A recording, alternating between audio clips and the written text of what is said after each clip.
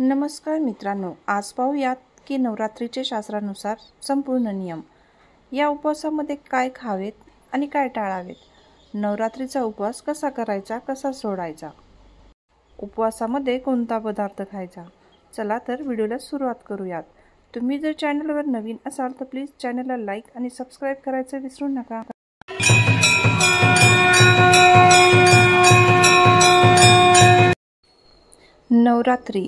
नवरात्री हा आपल्या भारतीय संस्कृतीत अत्यंत पवित्र आणि महत्त्वाचा सण मानला जातो. या काळात देवी दुर्गेची उपासना केली जाते आणि तिच्या 9 रूपांचे पूजन केले जाते. नवरात्रीत उपवास करणं हे केवळ धार्मिकता नाही तर शारीरिक आणि मानसिक शुद्धतेसाठी देखील महत्त्वपूर्ण मानलं जातं. उपवास कसा करावा, कधी सोडावा, कोणते नियम पाळावे आपण शास्त्रानुसार जाणून घेऊयात. नवरात्री उपवासाचे महत्त्व.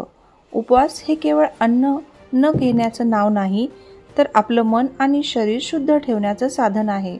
उपवासामुळे आत्मशुद्धी होते आणि भावनांची कृपा प्राप्त होते. नवरात्रीत देवीची उपासना आणि उपवास यामुळे भक्तांचं मन आणि शरीर शुद्ध होतं. देवीच्या कृपेमुळे जीवनात सुख आणि शांती, समाधान आणि उन्नती प्राप्त होते. उपवास का करायचा? आत्मशुद्धी.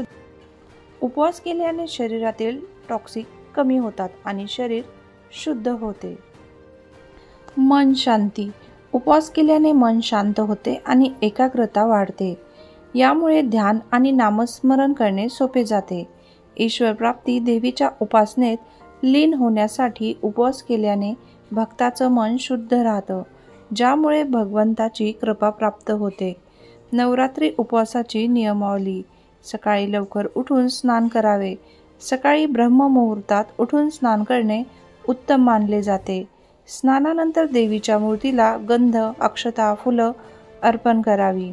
दीप लावून पूजेसाठी आसनावर बसावे. देवीसमोर दिवा लावून देवीचे ध्यान करावे.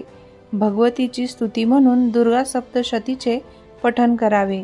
नामस्मरण व जप करणे. देवीच्या मंत्राचा जप करावा. उदाहरणार्थ ओम दुर्गाय नमः हा मंत्र नवरात्रीच्या उपवासाच्या काळात जपणे उत्तम मानले जाते. फळ आहार आणि दुग्ध आहार घ्यावा. उपवासादरम्यान फळे, दूध आणि दुधाचे पदार्थ खावेत.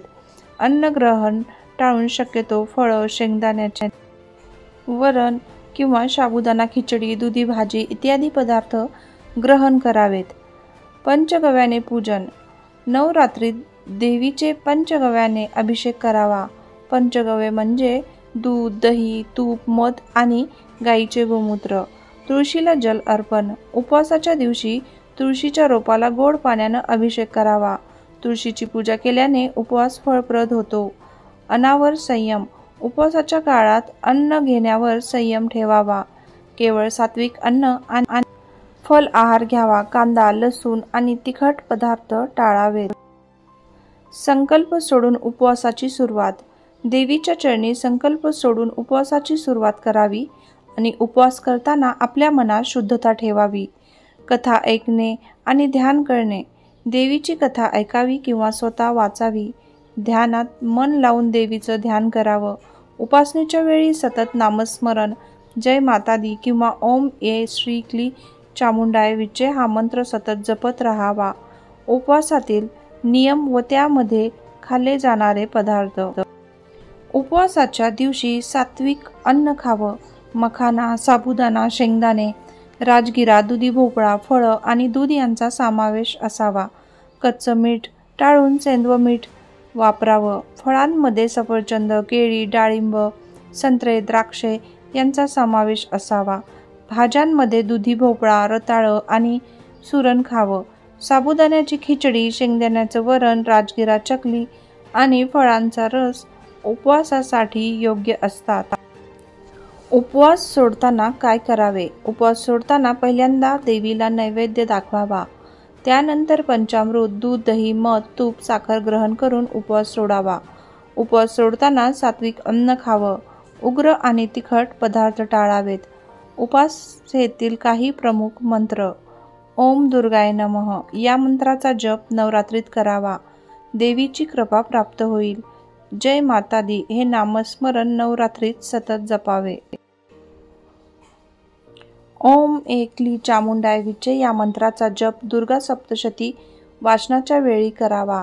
ओम सर्वमंगलाय मांगल्ये शिवे सर्वाते साधिके या मंत्राचा जप देवीला प्रसन्न करण्यासाठी करावा।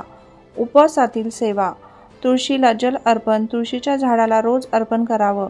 तुळशीची पूजा केल्याने देवी प्रसन्न होते। स्वस्तिक काढणे, उपवासाच्या दिवशी आपल्या घराच्या दारावर तांदळाने किंवा हळदीने स्वस्तिक काढावं।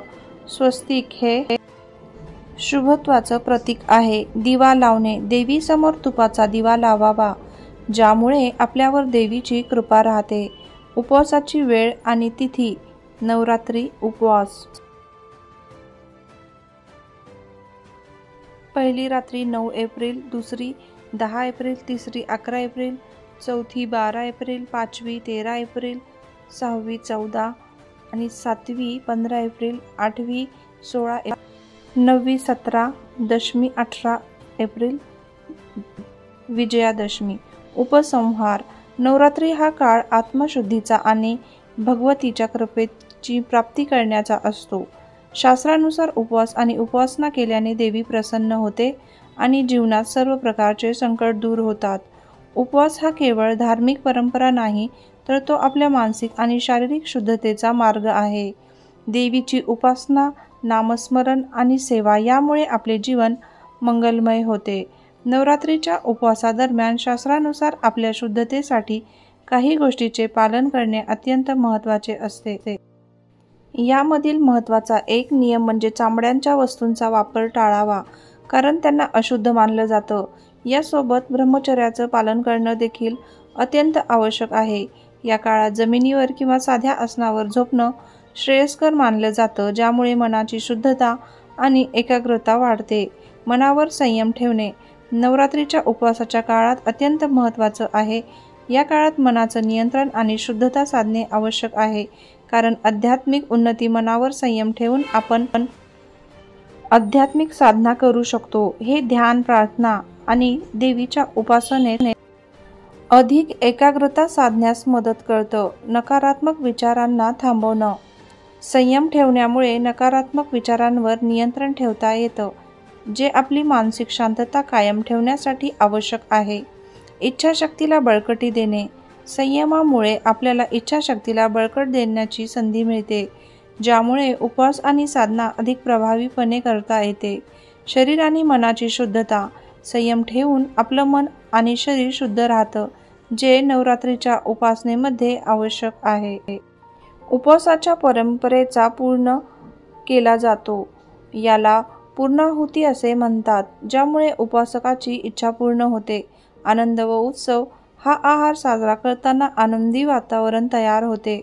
कुटुंबातील सदस्य एकत्र येऊन हा आहार घेतात, ज्यामुळे एकता आणि प्रेम वाढते।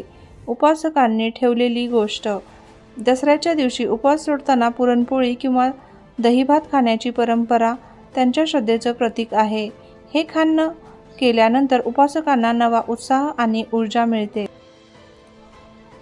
ते त्यांना पुढील काळात अधिक ऊर्जित बनवण्यासाठी मदत करते। या पद्धतीमुळे दसऱ्याच्या उपवासानंतर साजरा केलेला हा आनंद सोडताना उपवासकाला मानसिक आणि शारीरिक संतुलन साधायला मदत होते। दसऱ्याला उपवास सोडताना पुरणपोळी आणि दहीभात खाण्याची परंपरा निसर्गाच्या बदलांच्या आदरात साजरी केली जाते। ही पद्धत न केवळ शारीरिक संतुलन साधते, तर मानसिक शांतीही देते। या सणाच्या निमित्ताने कुटुंबातील सर्व सदस्य एकत्र येऊन या खास आहाराचा आनंद घेतात, ज्यामुळे प्रेम आणि एकतेची भावना दृढ होते। उपवासानंतर या विशेष आहारामुळे शरीराला ऊर्जा मिळते आणि पुढील दिवशीच्या कार्यासाठी तयारी होते। दसऱ्याच्या या सणाच्या निमित्ताने सर्वांना शुभेच्छा। तुमच्या जीवनात आनंद, समृद्धी आणि उत्सवाचे वातावरण सदैव राहो। मित्रांनो, आपल्याला हा व्हिडिओ आवडला असेल तर अशी आशा आहे, तुमच्या उपवासी देवतेच्या आशीर्वादाने आणि प्रेमाने आपला प्रत्येक उपासना खूप फलदायी ठरो। आपल्याकडून मिळालेल्या प्रेम आणि समर्थनाबद्दल मनपूर्वक आभार। आपल्याला हा व्हिडिओ कसा वाटला हे कृपया कमेंट करून सांगा आणि असेच आणखी व्हिडिओसाठी आमच्या चॅनलला सबस्क्राईब करायला विसरू नका.